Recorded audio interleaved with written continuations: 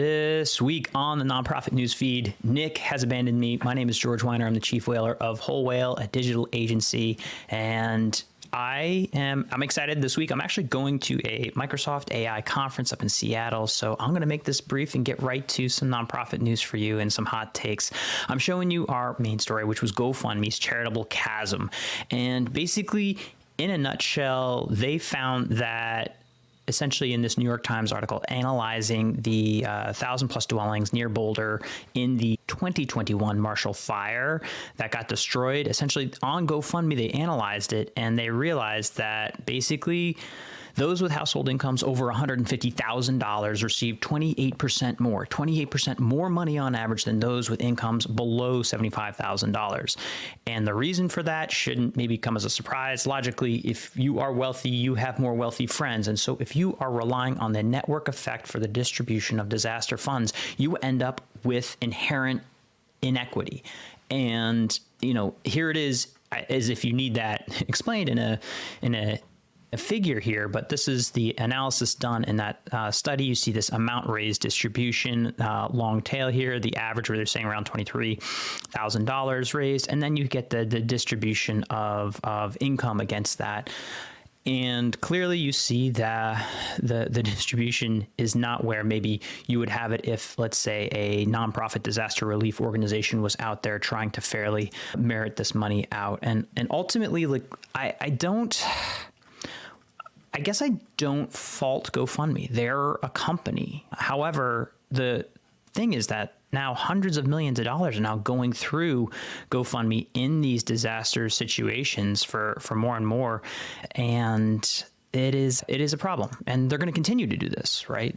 Because they make money on a transaction and on a per interaction, because they're running away for people to raise money. I don't have an easy answer here other than it is a trend that we have talked about in the past, that crowdsourcing and crowd activity is good for certain things, but in terms of the distribution of certainly disaster and nonprofit aid, I don't think it is the most equitable, and the data show us that. All right. Moving on, we've got the dark side of ocean cleanup. And I actually love the ocean cleanup. They are an amazing nonprofit. They have an incredible Instagram game and videos going on. However, you know, in this Slate magazine article, they do talk about the dark side and how some of these issues harm marine life, potentially destroying marine habitats that have basically micro communities of organisms that live in the plastic. At a high level, I appreciate sort of that attention to, like, you know, be careful of how we're cleaning things up. But ultimately, like, that still is removing plastic from an ecosystem. And I understand that there may be like micro marine life living in that plastic, but they're eating that plastic and ending up in the food chain. And, you know, at present, an American eats around a credit card-ish per week in these microplastics. So I appreciate that kind of, you know, analysis being done and investigated by Slate, but I still am pro removing plastic from the ocean and not letting microorganisms have at it. This is a funny one. Why is the radio so full of Christian rock? Thank this nonprofit, the Educational Media Foundation, EMF. They frankly have made it their mission to draw people closer to Christ and operate with over 500 team members, and they have a nationwide network of radio station, and they play mostly white male artists focused on optimism, uplifting music. I think there's a lot of upside in looking at how networks of radio stations for your nonprofit can actually uplift certain messages, and I think there is a lot of space to learn from how the EMF has done this effectively for the Christian media ministry. All right. Borrowers. Hey, over 793,000 borrowers are getting student loan forgiveness. Thanks, Biden.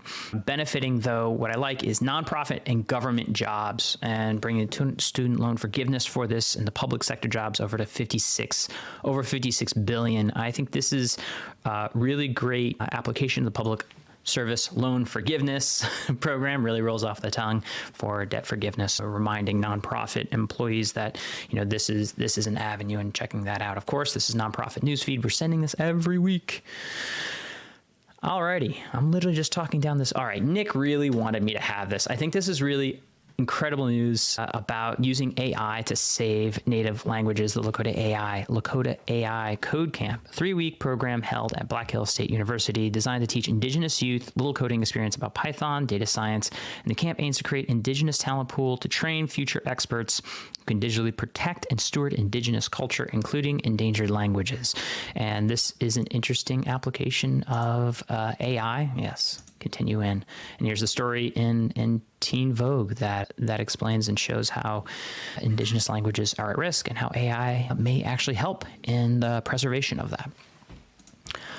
And finally, I do have a question for you. Why did the captain of the ocean cleanup ship blush? Nick would make some sort of guess here, and it is because he saw the ocean's bottom. I can't stop myself. That's your dad joke. All right. That was short and sweet nonprofit news for you. Again, you can get that free weekly email at nonprofitnewsfeed.com. And if you're watching this on YouTube, like and subscribe, because that's what people say. We're super close to 10,000 though. So, a little extra like would make my day. Appreciate that.